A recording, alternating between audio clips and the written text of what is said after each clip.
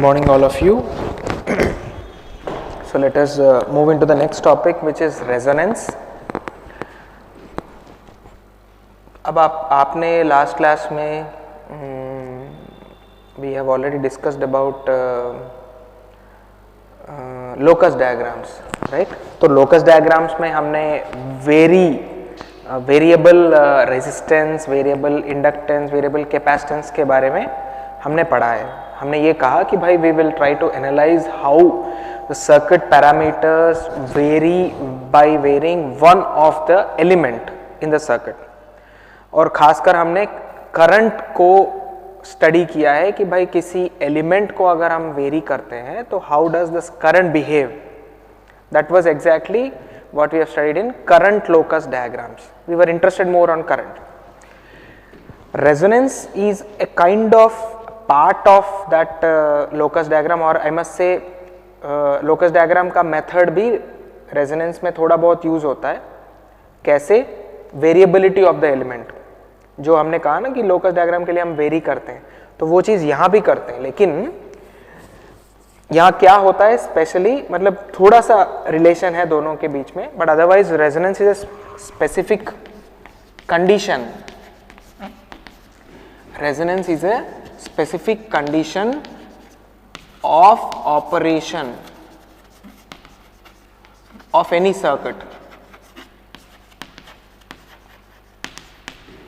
Resonance is a specific condition of operation of any circuit. मतलब किसी भी electrical circuit में आप रेजोनेंस कंडीशन, एक particular condition, specific operation point हो सकता है, ऑपरेटिंग पॉइंट हो सकता है. लेकिन उसके लिए जरूरी ये है कि any circuit with all 3 elements. कौन से एलिमेंट्स हैं? Are, L, C. तो ये तीनों होना जरूरी है. अगर तीनों नहीं है तो then we don't say that कि भाई रेजोनेंस कंडीशन के बारे में हम बात ही नहीं करते. So resonance is a specific condition of operation for any circuit. इसको थोड़ा सा मैं चेंज करता हूं, फॉर एनी सर्किट करता हूं, for any circuit with all 3 elements. इसलिए मैंने एक एग्जाम्पल सर्किट मैंने ड्रॉ किया जिसमें I have a circuit with all 3 elements and this is voltage and frequency. मतलब किसी भी सोर्स के साथ एक वोल्टेज वैल्यू और फ्रीक्वेंसी वैल्यू होता है ना. तो along with this we have R, L and C. Okay. Now what happens, or what is that condition, or what happens at resonance?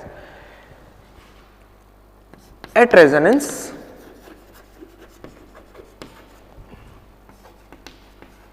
circuits behave purely resistive. Circuit behave purely resistive with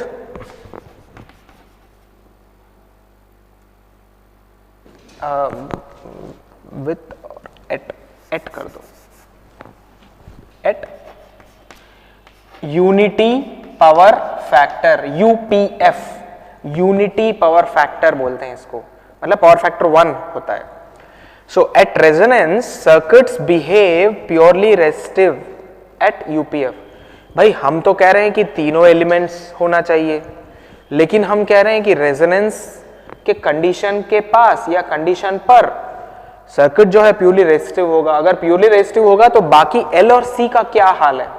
what will happen to both L and C? At resonance, circuits behave purely resistive at unity power factor with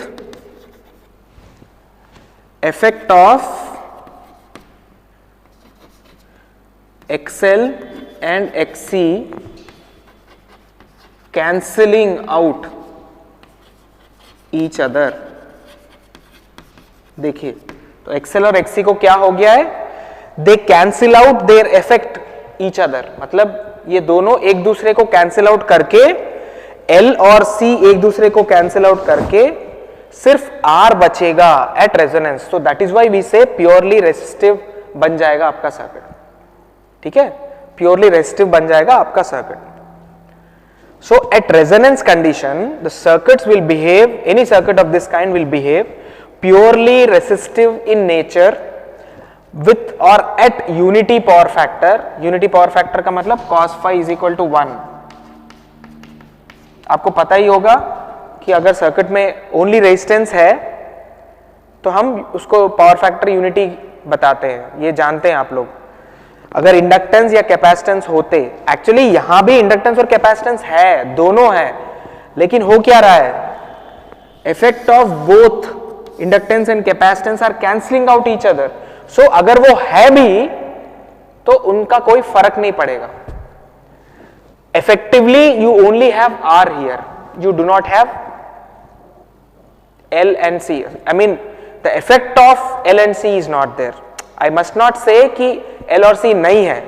I must say that the effect of L and C are cancelling out each other, so their effect will not be there on the circuit. कब? At resonance condition. तो resonance वो specific condition या वो specific operating point है किसी भी circuit का जिस सर्किट में तीनों एलिमेंट्स है और उस कंडीशन पर आपका सर्किट प्योरली रेजिस्टिव जैसा काम करेगा with the other two elements cancelling out their effect with each other. ठीक है, इसको थोड़ा बेटर समझने के लिए पहले हम एक बार जनरल ऑपरेशन, इस सर्किट का जनरल ऑपरेशन क्या होता है वो देखते हैं एक बार. आप जानते हैं कि I is equal to V by Z है.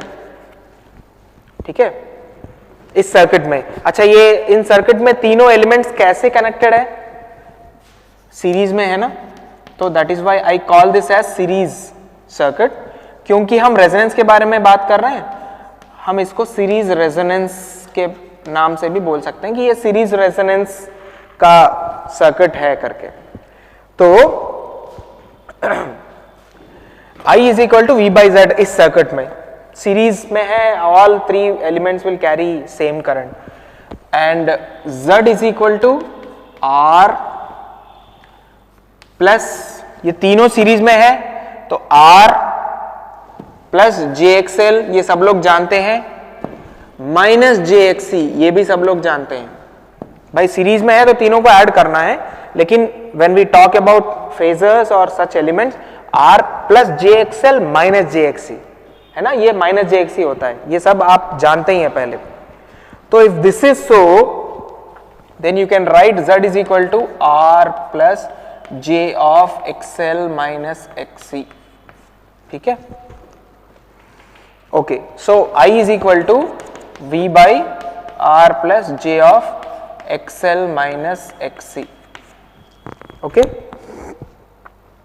और इस सर्किट में क्योंकि करंट तीनों में सेम है, अगर I कर दूं मैं करंट, तीनों में तो करंट सेम है, लेकिन तीनों में जो वोल्टेजेस है वो अलग अलग होंगे. ये आप जानते ही होंगे, सीरीज में तीनों वोल्टेजेस अलग अलग होते हैं.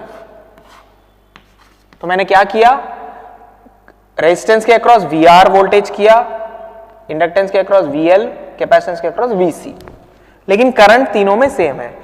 तो अगर मैं तीनों का ऑपरेशन समझने की कोशिश करूं तो रेसिस्टेंस में VR ऐसे रहेगा, I ऐसे रहेगा. ये समझ गए आप लोग, इसमें कोई शक? रेजिस्टेंस का फेजर डायग्राम ऐसे रहेगा. रेजिस्टेंस में क्या होगा, in this resistor the current flowing and the voltage across the resistors will be in phase with each other. ये जानते हैं आप लोग ऑलरेडी.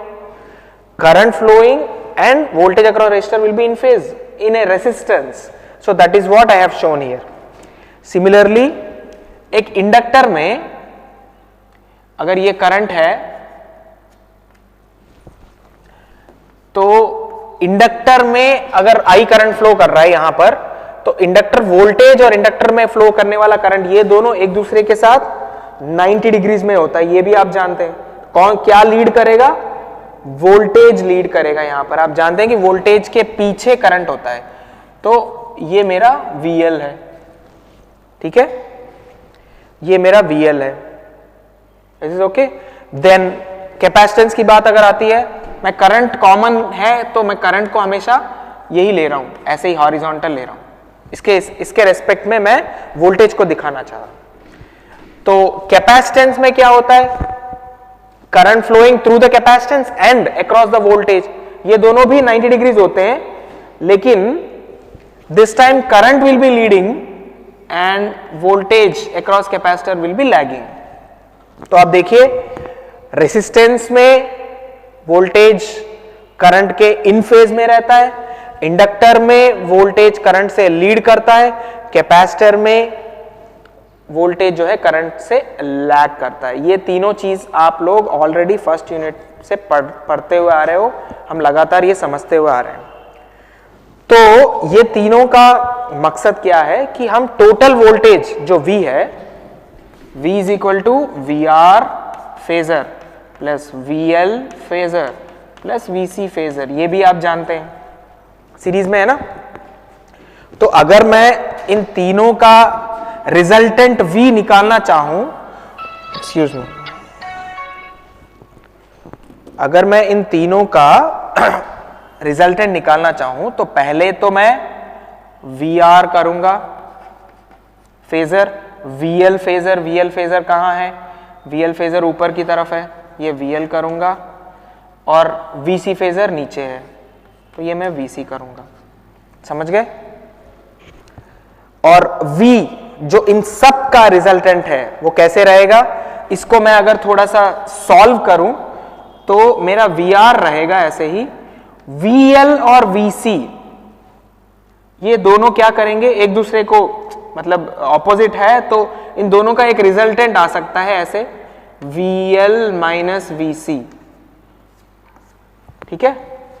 खैर यहां मैं एज्यूम कर रहा हूं कि VL is greater than VC, तो obviously VL if is greater than VC then the resultant difference between VL and VC should be upwards.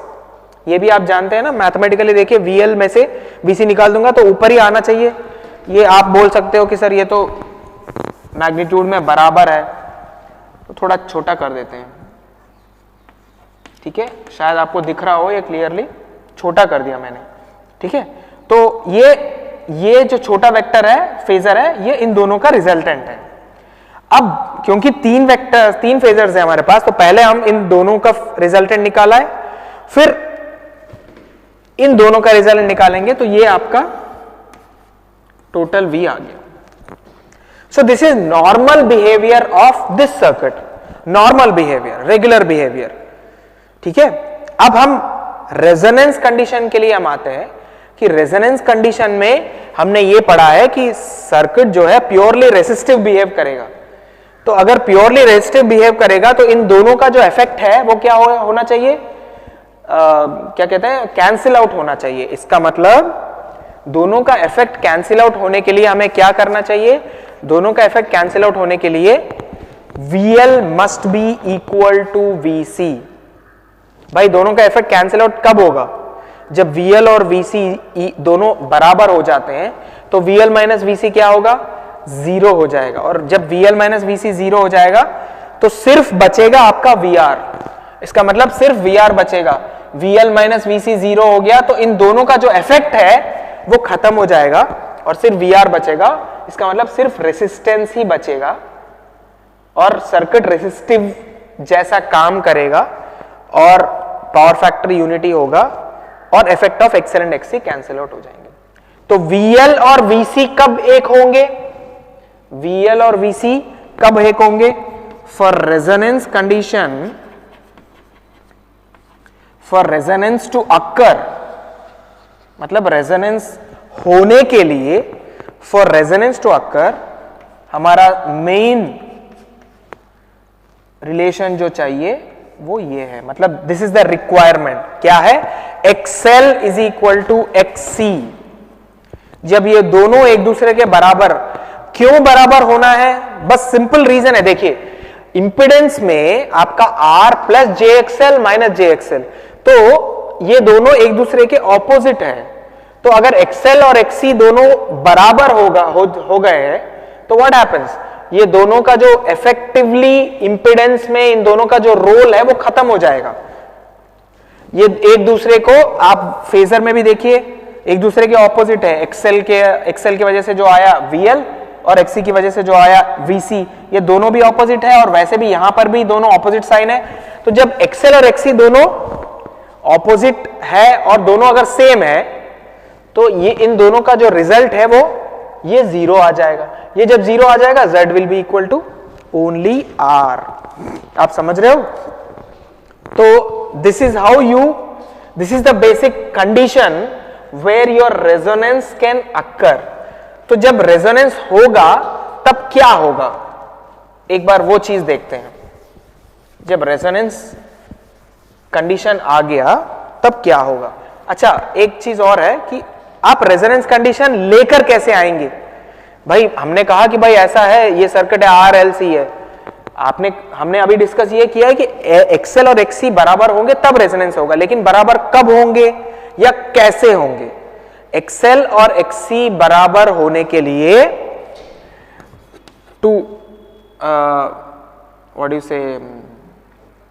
to bring this condition in circuit, what you can do is you have two things or two methods, vary XL and XC, vary XL and XC और XL और XC को equal कर दो। मतलब इस condition को लाने के लिए XL और XC दोनों को वेरी करो या किसी एक को वेरी करो। मतलब XC को XL के बराबर लाओ या XL को XC के बराबर लाओ या दोनों को वेरी करते हुए दोनों को एक दूसरे के पास ले आओ। एक ये पॉसिबिलिटी। दूसरा, वेरी फ्रीक्वेंसी ऑफ सर्किट। ये क्या है? फ्रीक्वेंसी करने से कैसे हो जाएगा? आप जानते ही हैं कि XL is equal to omega L, omega is 2 pi FL और XC is equal to 1 by omega C, 1 by 2 pi FC, which means दोनों ही फ्रीक्वेंसी डिपेंडेंट है। तो अगर आपने फ्रीक्वेंसी को चेंज किया है तो ऑब्वियसली दोनों ही चेंज होंगे। तो आप या तो सीधा XL और XC को वेरी करिए या फ्रीक्वेंसी को वेरी करिए। तो इन दोनों मेथड से आप इस कंडीशन को लेकर आ सकते हैं किसी भी सर्किट में, मतलब रेजोनेंस पॉसिबल सर्किट में, मतलब जिसमें तीनों एलिमेंट्स हो। आप समझ रहे हो? तो यू कैन वेरी XL और XC और XL एंड XC, ठीक है। And simply you can also very frequency by which you very the XL and XC। This is okay. इसको मैं अभी रब कर रहा हूं, चाहो तो नोट कर लीजिए, ठीक है। तो ये तो कंडीशन कैसे लाएंगे वो है। और जब कंडीशन आ गया, तब क्या होगा? So if XL is equal to XC, Z is equal to simply R। Z is equal to simply R, क्योंकि R प्लस J0 हो जाएगा ना, J0, excuse me, XL is equal to, Z is equal to simply R. Now, I is equal to V by Z में I naught is equal to V by R. तो I naught is current at resonance. अब देखिए आगे से मैं resonance के जो parameters होंगे ना, रेजोनेंस के एट रेजोनेंस वाले टर्म्स को मैं 0 सफिक्स दूंगा, I naught. So I naught is the current at the resonance. तो रेजोनेंस के टाइम पे करंट कितना होगा? I is equal to V by Z, और इसको मैं Z कितना हो गया? R। ये सही है, ये जनरल एक्सप्रेशन है, I is equal to V by Z। But at resonance, because I को मैंने I naught कर दिया at resonance, V by Z is equal to R at resonance. तो ये I naught is equal to V by R। Is this okay? And power factor will now be equal to cos phi, जो कि R by Z था इसका value. वैसे तो हम जानते ही हैं कि भाई अगर रेजिस्टिव नेचर है सर्किट प्योरली तो cos phi तो 1 ही आएगा, बट उसको मैं प्रूव कर रहा हूं कि cos phi is equal to R by Z, ये भी आप जानते हैं पहले से ही। और इस केस में cos phi नॉट अगर मैं कहूं, मतलब एट रेजोनेंस पावर फैक्टर क्या होगा? phi नॉट का मतलब, cos phi नॉट का मतलब power factor at resonance is equal to R by R क्योंकि z is equal to R हो जाएगा, तो इट इज 1. तो that is why we said power factor unity at resonance. Resonance के कंडीशन पर हम यूनिटी पावर फैक्टर का सर्किट बोलते हैं, मतलब सर्किट में जो पावर फैक्टर है वो यूनिटी है, मतलब 1 है, वो इसलिए है. ठीक है. Now frequency at which resonance occurs. Frequency at which resonance occurs. What is the condition for resonance? XL is equal to XC, omega L is equal to 1 by omega C. अब क्योंकि ये रेजोनेंस कंडीशन के पास हम calculate कर रहे हैं, तो मैं ओमेगा को भी नॉट बोल देता हूं, omega naught L is equal to omega naught C, और इसको मैं कर सकता हूं omega naught square is equal to 1 by L C. ठीक है, यहां तक ठीक है. Omega naught square is equal to 1 by L C. और आगे फिर आप अगर इसको वो करना चाहें तो omega naught is equal to 1 by root L C. Is it visible, Yogesh? Omega naught is equal to 1 by root L C. Okay, क्योंकि मैंने स्क्वायर को उस तरफ लिया है. अब अगर मैं फ्रीक्वेंसी की बात करूं तो omega naught is nothing but 2 pi F not, है ना. तो एफ नॉट अगर मैं यहां रख दूं और 2 पाई को मैं यहां ले जाऊं तो F naught is equal to 1 by 2 pi under root L C. 1 by 2 pi under root L C. तो this is the frequency at which my resonance occurs. So this is called as resonant frequency. Please remember this is called as resonant frequency. और ये खासकर series में, series resonance की बात हम कर रहे हैं क्योंकि all 3 elements are in series. Okay, so this is the resonant frequency. F naught is equal to 1 by 2 pi under root LC. Okay, is this okay? So resonance condition में आपका वो क्या आ जाएगा, फेजर डायग्राम. रेजोनेंस कंडीशन में phasor diagram क्या आ जाएगा? Resonance condition में मैं फेजर डायग्राम को यहीं पर दिखा दूंगा, ऑलरेडी हमने बना लिया है, मतलब जो बना हुआ है उसी में मैं दिखाता हूं. देखिए फेजर डायग्राम में एट रेजोनेंस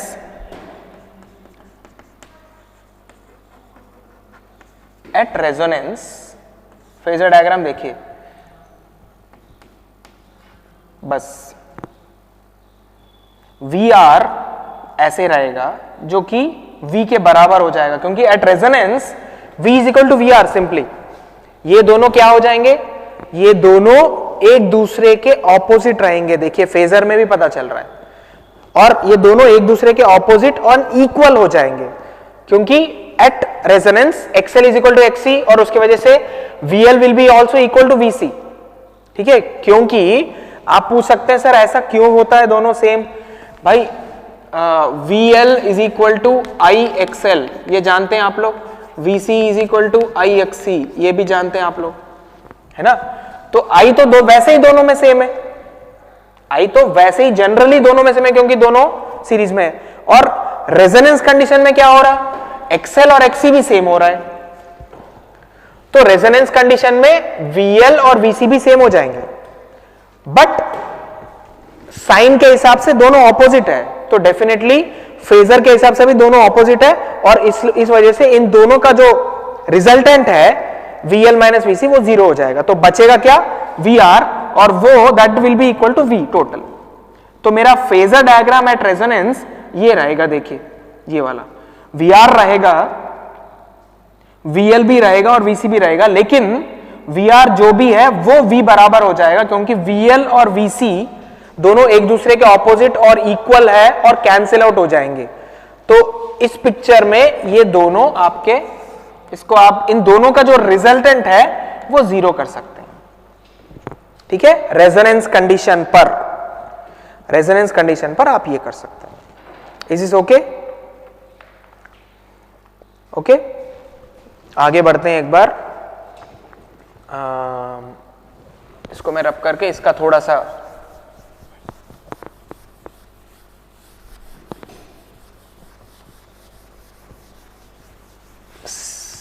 सीरीज में ही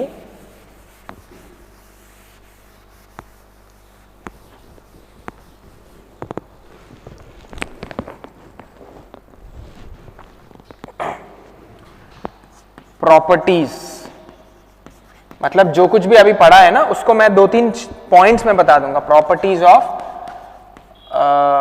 series resonance circuit.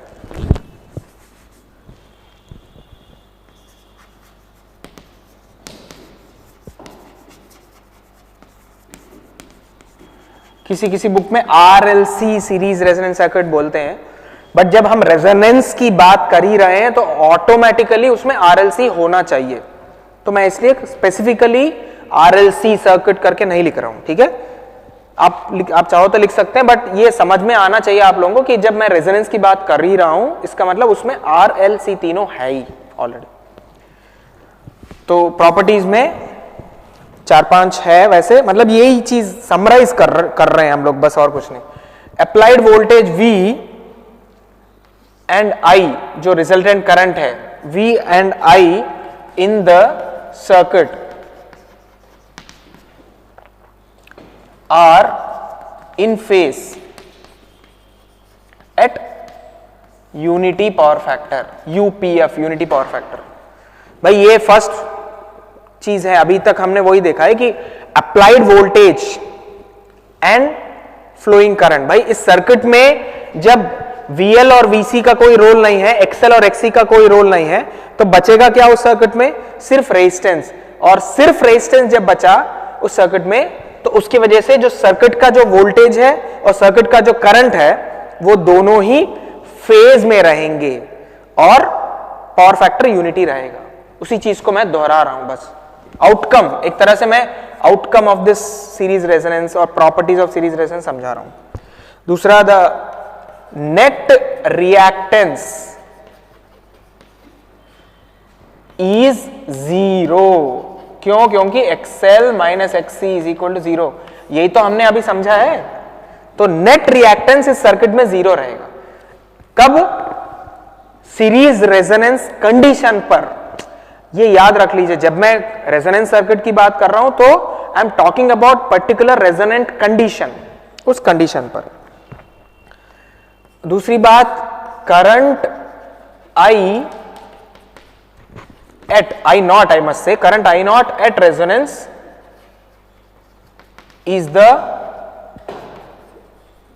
maximum current. Current I naught at resonance is the maximum current flowing in the circuit.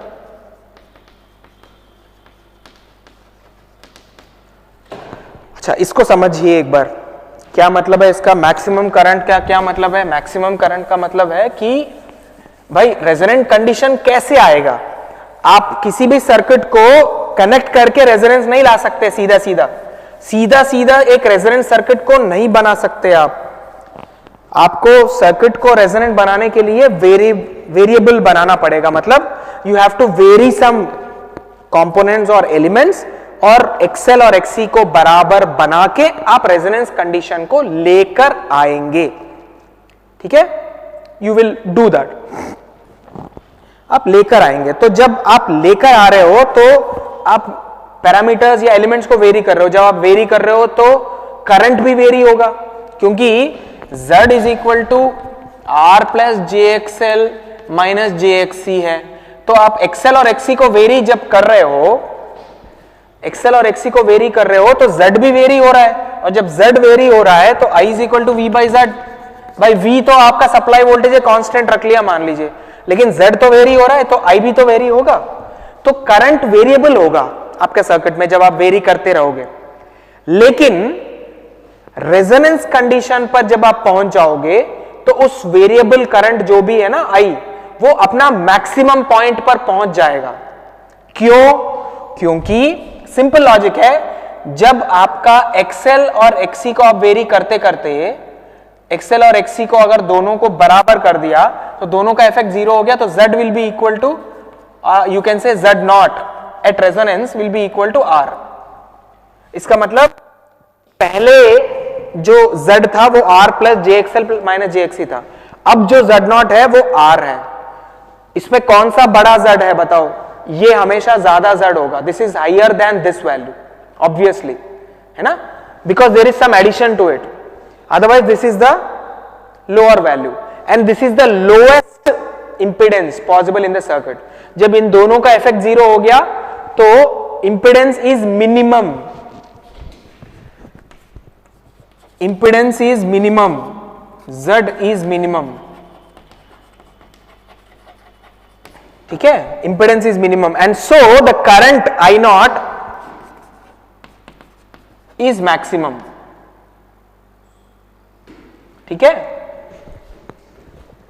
Otherwise आप अगर इन दोनों का इफेक्ट को जीरो नहीं किया तो इसका कोई वैल्यू रहेगा और उस वैल्यू के हिसाब से ये टोटल Z जो है इस Z is equal to R से थोड़ा ऊपर ही रहेगा. इसका मतलब इससे ज्यादा इंपिडेंस रहेगा. अगर ज्यादा इंपिडेंस रहेगा तो करंट इस कंडीशन से कम रहेगा. So what I mean to say is, एक तरह से करंट का जो वैल्यू है वो ऐसे रहेगा. देखिए, अगर फ्रीक्वेंसी से मैं करूं तो ये F नॉट है. F नॉट मतलब रेजोनेंट फ्रीक्वेंसी. रेजोनेंट फ्रीक्वेंसी के पास आपका करंट मैक्सिमम रहेगा. उससे पहले या उसके बाद जब भी होगा, ठीक है, उससे पहले या उसके बाद जब भी होगा कम, तो ये XL लेस देन XC और XL ग्रेटर देन XC. ये दोनों कंडीशंस है. देखिए मैं क्या कर रहा हूं, XL is less than XC और XL इक्वल टू XC हो जाएगा यहां पर. This is the point where XL is equal to XC और XL ग्रेटर देन XC. तो ये तीन एरियाज हैं, मतलब तीन में ये पूरा एक एरिया है, ये पूरा एक एरिया, बीच वाला एक पर्टिकुलर स्पेसिफिक पॉइंट है. तो ये पॉइंट आपका रेजोनेंट कंडीशन है. तो इस पॉइंट पर XL is equal to XC और ये आपका मैक्सिमम करंट वाला पॉइंट होगा. क्यों? क्योंकि उस समय आपका इंपिडेंस बिल्कुल ही मिनिमम रहेगा. ठीक है, और अगर मैं इंपिडेंस का भी डायग्राम यहां पर ड्रॉ करके दिखाना चाहूं तो इंपिडेंस करंट के एग्जैक्टली ऑपोजिट रहेगा. इंपिडेंस ऐसे रहेगा, देखिए इन्वर्टेड V टाइप का. कि ये मेरा इंपिडेंस रहेगा Z, ये मेरा I का कर्व है, सॉरी रिवर्स वाला जो है Z का होगा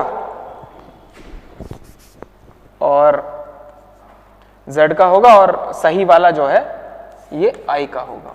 समझ गए? क्योंकि जब Z मिनिमम होगा तब I मैक्सिमम होगा.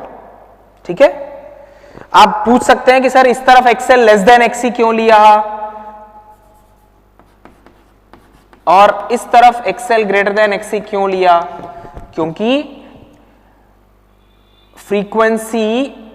XL is directly proportional to frequency और XC is inversely proportional to frequency. तो जब फ्रीक्वेंसी कम होगा तो XL ऑब्वियसली कम होगा और XC ऑब्वियसली ज्यादा होगा, क्योंकि जब कम फ्रीक्वेंसीज पर डिनोमिनेटर कम है तो XC ज्यादा है. तो ये कंडीशन क्या है? XC ज्यादा वाला कंडीशन है.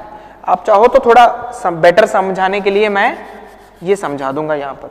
अच्छा, ये मेरे लिखने में शायद आपको समझ में नहीं आ रहा हो. फ्रीक्वेंसी जब कम है, फ्रीक्वेंसी कम है तो XC ज्यादा है, तो यहां पर XC is greater then XL. ठीक है, ठीक से देख लीजिए. और जब फ्रीक्वेंसी ज्यादा हो रहा है, फ्रीक्वेंसी जब ज्यादा हो रहा है तो XC जो है कम हो जाएगा और XL बढ़ेगा. तो ऐसे पॉइंट तब आएगा जब XL is greater than XC और इन दोनों के बीच में एक ऐसा पॉइंट आएगा जब दोनों बिल्कुल, मतलब XC ऊपर है, XL नीचे है, तो हम जब वेरी कर रहे हैं तो ये दोनों एक दूसरे के ऐसा आएंगे. फ्रीक्वेंसी बढ़ाएंगे तो फ्रीक्वेंसी बढ़ाते बढ़ाते XC जो सबसे ऊपर वाला है वो कम होता जाएगा, XL जो नीचे वाला है वो ज्यादा होता जाएगा और एक बीच में ऐसा पॉइंट आएगा जब दोनों बराबर हो जाएंगे. और मैं फ्रीक्वेंसी बढ़ाऊंगा तो अब XL ज्यादा हो जाएगा और XC और कम होता जाएगा. तो that is what I am showing here. ठीक है, this is very easy to understand, very simple to understand. So this is why you say current I naught is the at resonance is the maximum current flowing in the circuit. तो किसी भी condition आप उस circuit का current अगर आप major करोगे तो रेजोनेंस कंडीशन पर जो करंट फ्लो करेगा वो सबसे ज्यादा करंट होगा, और सिमिलरली उस समय सबसे मिनिमम इंपेडेंस भी मिलेगा आपको। ठीक है, वो है वो। तो मैंने तो नेक्स्ट पॉइंट यही चीज है कि भाई at resonance Z0 is minimum. ठीक है, और लास्ट पॉइंट ये है कि resonant frequency F0 is equal to 1/2π√LC। ये सारे आपके 3-4 इंपॉर्टेंट समरी पॉइंट्स है सीरीज रेजोनेंस का। ठीक है, ठीक है। अब इसी क्या कहते हैं, इसी डायग्राम से या यहां पर थोड़ा बड़ा बना देता हूं इस डायग्राम को।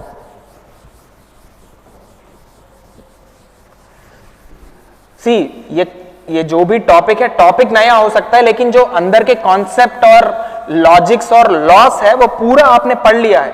सो there is nothing new that you are studying. Okay, you know all these before, but you are just putting them together and trying to understand one concept called as resonance. ठीक है, जो अंदर हो रहे हैं ये सब चीजें आप जानते हैं पहले से ही। जानने का मतलब the logics and laws behind them you already know. Okay, so अगर मैं इनका वो बना दूं, फिलहाल मैं Z नहीं बना रहा हूं, I am just trying to show only current. I max मतलब I max का मतलब है मैक्सिमम करंट इसी पॉइंट पे आएगा जब मेरा F0 की फ्रीक्वेंसी होगी। यहां पर मेरा XC is greater then XL, ये फिर क्लियरली दिख रहा होगा आप लोगों को। इस तरफ XL is greater than XC। ठीक है, अब ऐसा यहां पर क्या है कि फ्रीक्वेंसी जब आप 0 से लेके इनफाइनाइट तक आप चेंज करेंगे ना, ये फ्रीक्वेंसी का एक्सेस है। अगर ये 0 है, इसको मान लो आप इनफाइनाइट या कुछ हाई फ्रीक्वेंसी तक वेरी करेंगे तब जाके ये कर्व आएगा। ठीक है, लेकिन इस बीच में एक ऐसे पॉइंट्स आएंगे, 2 पॉइंट्स, जब आपका अगर ये I max और इसको मैं I0 कर दूं और बेटर है। वैसे I0 is the current at resonance and obviously I0 is equal to I max. I0 is equal to I max, इसमें कोई शक नहीं है, क्योंकि I max का मतलब मैक्सिमम करंट ही है, करंट एट रेजोनेंस, इसीलिए मैंने उसको दिखा दिया। अब 2 ऐसे पॉइंट्स मिल सकते हैं जहां पर आपका I0/√2 वाले पॉइंट्स आ सकते हैं। मैं ये नहीं कह रहा हूं कि ये एग्जैक्टली सेंटर में आएंगे, मैंने रैंडमली दिखा दिया है। They are not center point, मतलब यहां से यहां के बीच के सेंटर में नहीं आएंगे। I am just trying to tell you that somewhere 2 points ऐसे आएंगे जो I0/√2 के वैल्यू हो सकते हैं। I0/√2 मतलब I0 से कम डेफिनेटली। तो वो दोनों 2 पॉइंट्स आएंगे, क्योंकि इस तरफ भी एक पॉइंट आएगा, इस तरफ भी एक पॉइंट आएगा। और इन 2 पॉइंट्स का अहमियत है, क्यों है? क्योंकि इन दोनों के जो फ्रीक्वेंसीज हैं ये हमारे लिए इंपॉर्टेंट है। इसको F1 बोलते हैं, इसको F2 बोलते हैं। अगर ठीक से दिखाई नहीं दे रहा तो एक बार क्लियरली देखिए। I0/√2 का जो फर्स्ट पॉइंट है उसको F1, I0/√2 का जो सेकेंड पॉइंट है F2।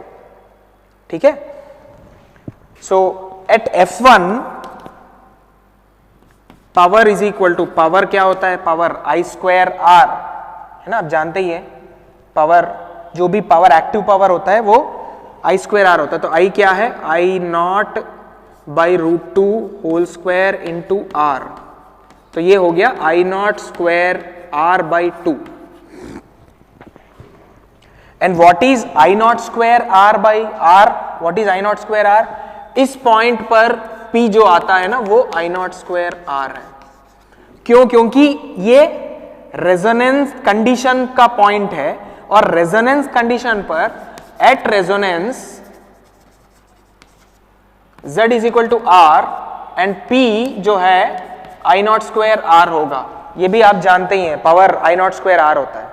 तो this is, you can call it as P0, power at resonance.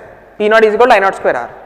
So F1 पर, फ्रीक्वेंसी 1 पर जो पावर आ रहा है P1, क्योंकि F1 के पास है, P1 is equal to I0²R/2।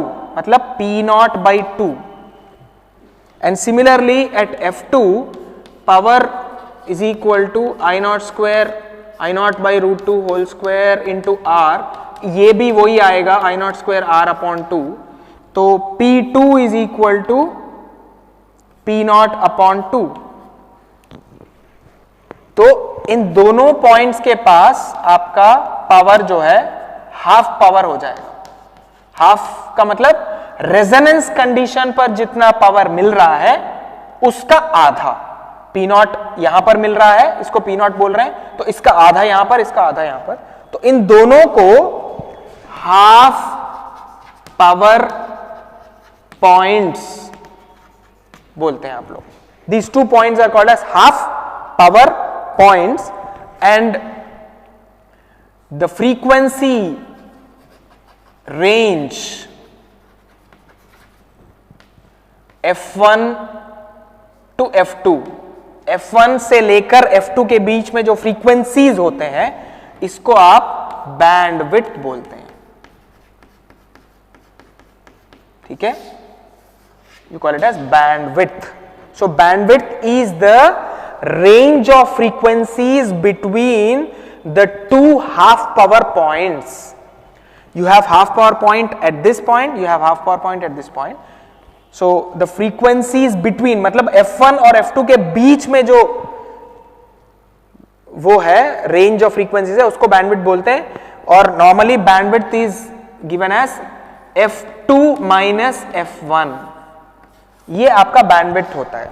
F2 में से F1 निकाल दोगे तो ये आपका बैंडविड्थ है, इस बीच में आपका बैंडविड्थ है। समझ में आ गया? So bandwidth is given as F2 minus F1, bandwidth is given as F2 minus F1। ठीक है, अब एक लास्ट टॉपिक इसी में रह गया है सीरीज में। आज सीरीज का खत्म करके फिर कल हम पैरेलल वाला खत्म कर देते हैं। तो आई होप ये समझ में आ गया है। तो हमने नए टर्म्स क्या क्या पढ़े हैं? रेजोनेंस पढ़ा है, अभी हमने बैंडविड्थ पढ़ा है, ये बिल्कुल नए टर्म्स है। बाकी सब current, voltages, resistance, inductance, capacitance, XL, XC, power, ये सब तो आप जानते ही हैं। New terms we have introduced today is resonance, particularly series resonance, and then resonance का कंडीशन जो भी था वो हमने देख लिया, और रेजोनेंस कंडीशन के प्रॉपर्टीज हमने देख लिए, और करंट का और इंपेडेंस का जो वेरिएबिलिटी है विथ रिस्पेक्ट टू फ्रीक्वेंसी वो भी देख लिया, और अब बैंडविड्थ भी हमने देख लिया। अब हम देखेंगे क्वालिटी फैक्टर, जिसको हम क्यू फैक्टर बोलते हैं। क्वालिटी फैक्टर और क्यू फैक्टर, क्वालिटी फैक्टर और Q factor, and Q factor is given by VL upon V और ऑल्सो VC अपॉन V। और quality factor particularly at resonance है Q नॉट, और Q बेसिकली क्वालिटी फैक्टर हम resonance के पास ही find करते हैं, क्योंकि उस वक्त क्या होगा, VL और VC दोनों बराबर हो जाएंगे। तो quality factor is VL upon V और VC अपॉन V। ठीक है, so Q is equal to VL और Q नॉट जो भी आप कह रहे हैं VL upon V, that is equal to I naught XL, क्योंकि हम रेजोनेंस कंडीशन की बात कर रहे हैं, तो I naught XL upon I naught R। By at resonance only R is left, तो total V will be equal to I naught into R। ये आप जानते हैं, अभी समझ लिया आपने। तो ये हो गया XL अपॉन R। ठीक है, और you can say it as omega L by R। ठीक है, and this is quality factor for inductance. Inductance का क्वालिटी फैक्टर बोलते हैं हम इसको, फॉर इंडक्टेंस। फॉर इंडक्टेंस ये क्वालिटी फैक्टर है। सिमिलरली अगर हम VC बाई V कैपेसिटेंस के लिए करते हैं, तो VC by V is equal to I naught XC upon I naught R, XC upon R that is equal to 1 by omega C R। ये भी आप जानते ही हैं। तो ये फॉर कैपेसिटेंस है, तो क्वालिटी फैक्टर फॉर इंडक्टेंस ये आ गया, फॉर कैपेसिटेंस आपका ये आ गया क्वालिटी फैक्टर। ठीक है, और इसको हम एक्चुअली मैग्निफिकेशन रेशियो भी कहते हैं। मैग्निफिकेशन रेशियो, मैग्निफिकेशन रेशियो कहते हैं, this is also called as magnification ratio. So we can see that VL upon V is equal to omega L by R. ऊपर वाला अगर मैं देखूंगा तो VL by V is equal to omega L by R. So you can say it is VL is equal to omega naught L by R into V. ये तो हुआ. हाँ, तो what I should do is VL is equal to ये होगा. तो VL is equal to omega naught L by R into V. मतलब inductance के अक्रॉस जो वोल्टेज आता है वो supply voltage into some factor, और ये फैक्टर क्या है? Omega naught L by R, quality factor. समझ रहे हो? VL is equal to Q into V. ये है, मैं कह रहा था मैग्निफिकेशन रेशियो. मैं इसलिए कह रहा था क्योंकि मैग्निफिकेशन का मतलब क्या है? बड़ा करना.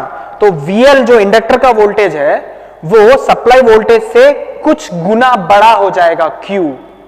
इसलिए हम इसको मैग्निफिकेशन रेशियो भी बोलते हैं Q को. ठीक है. सिमिलरली आपका जो VC है, अगर मैं दिखा नहीं रहा हूं, बट VC को भी आप ऐसे ले सकते हैं, Q इंटू V बन जाएगा. और यहां पर Q क्या होगा? कैपेसिटर के लिए ये वाला हो जाएगा 1 बाई ओमेगा सी आर, वो Q हो जाएगा. ठीक है. बस. सो हमने एक और नया टर्म यहां पर फाइंड किया है, दैट इज क्वालिटी फैक्टर और magnification ratio. So resonance, series resonance, and then resonance condition, properties of resonance condition, and then bandwidth, half power points, and then quality factor, magnification ratio. तो ये चीजें हमने resonance में पढ़ा है, खासकर series resonance में. सिमिलरली हम पैरेलल रेजोनेंस भी हम अगले क्लास में पढ़ेंगे. Okay okay. Be prepared. अगले हफ्ते आपका मैं कुछ टेस्ट लूंगा. शायद मैंने आपको बताया है अभी. आपका क्लास हुआ था? नहीं, आपका क्लास नहीं हुआ था ना इस हफ्ते में. तो बी प्रिपेयर्ड. अगले हफ्ते मतलब फ्रॉम 10th और 9th ऑनवर्ड्स, 9th से जो वीक आएगा उस वीक में आपको इंटीमेशन आ जाएगा, क्योंकि मैं जब, आप लोग जानते ही हैं कि हम Moodle DIFOE.org पे कर रहे हैं, तो उस पर मैं जब भी पेपर बनाऊंगा तो आपको मैसेज तो आ ही जाएगा कि भाई इस दिन इस टाइम में पेपर होगा जो भी. तो उसके लिए बस प्रिपेयर होके रहिए. एक टेस्ट हमारा हो चुका था ECM में, तो अब सेकेंड यूनिट के लिए बनाइए, अपना तैयारी करिए. फर्स्ट यूनिट के लिए एक हो गया, सेकेंड यूनिट के लिए तैयारी करिए. ठीक है. Okay, thank you.